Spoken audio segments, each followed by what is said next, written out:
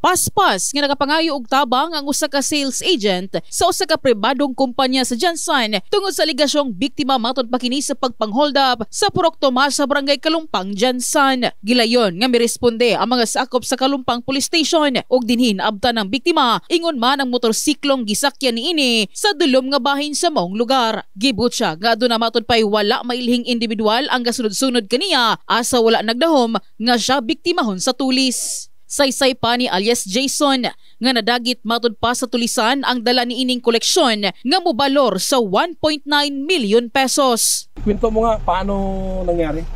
Bali ano sir? Adorong ka dito, di ba? O pasaka ko diri sir. Tapos kalit na nagisipa akong motor na plastar niya sir. Diri ko bandan nagisipa sa Padulong ka man ka dito, pasaka. O pasaka. Nganong padulong dito ang imong ulo sa motor? Gisipa na lagi sa lubot nako sir. Pagsipa, Nagtuyok dahil mo diretso. nagpuyok ka. Moto pag-ingon nga dapa nakadagan mo padulong diri sa Yun, wala sa binanggit. Ang sabi lang, dapa lang. dapa lang. Tapos nakabuno tayo sa 45 sir. Bakit alam mo na 45? Kulay ito man sir. Hindi ko na balaw 45 ito. Basta nga na naman po.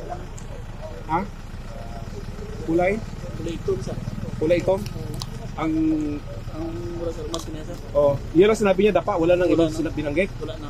na hold up o whatever. Wala. Wala na sir. Tapos pag ayun niya dapa, anong ginawa mo? Nagdagan ako sir.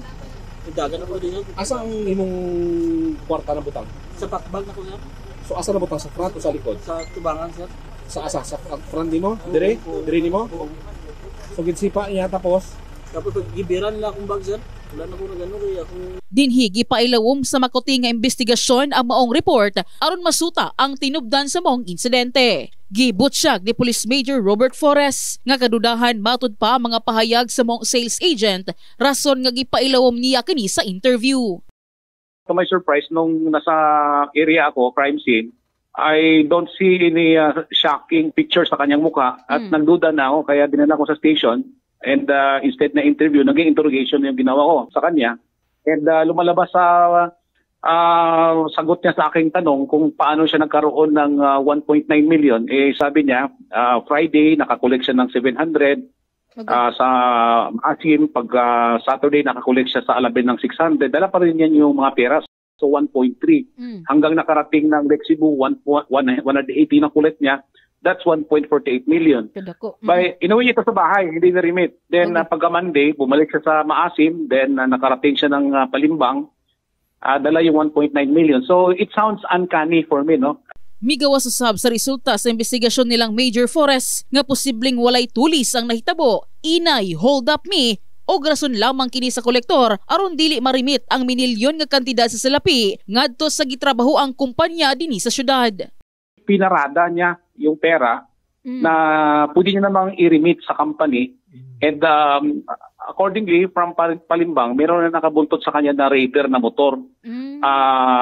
So bakit pa yung nang hold up sa kanya dito sa area ko Raider din na itim. So ang tanong ngayon, kung ako ang hold upper, bakit ko papaabutin sa Jensan na doon pa lang sa Palimbang na binubundutan siya? There are so many places there na maaaring gawin yung pang-hold up sa kanya. I contacted yung company niya. Doon nga, no? He's a sales agent. He's not allowed to collect such amount na umabot sa ganun. So, for me, my conclusion was hold up me. Nasayrang dili lamang kini ang unang higayon nga adunay susamang insidente nga naimbestigahan si Flores og napamatud ang walay pagpanulis ang nahitabo. Sa karon, gipaabot na lamang sa kapulisan na posibleng pagpasang-at og kaso sa kumpanyang gitrabahuan sa maong empleyado. In the heart of changing lives, kini si MJ Fernandez, Brigada News.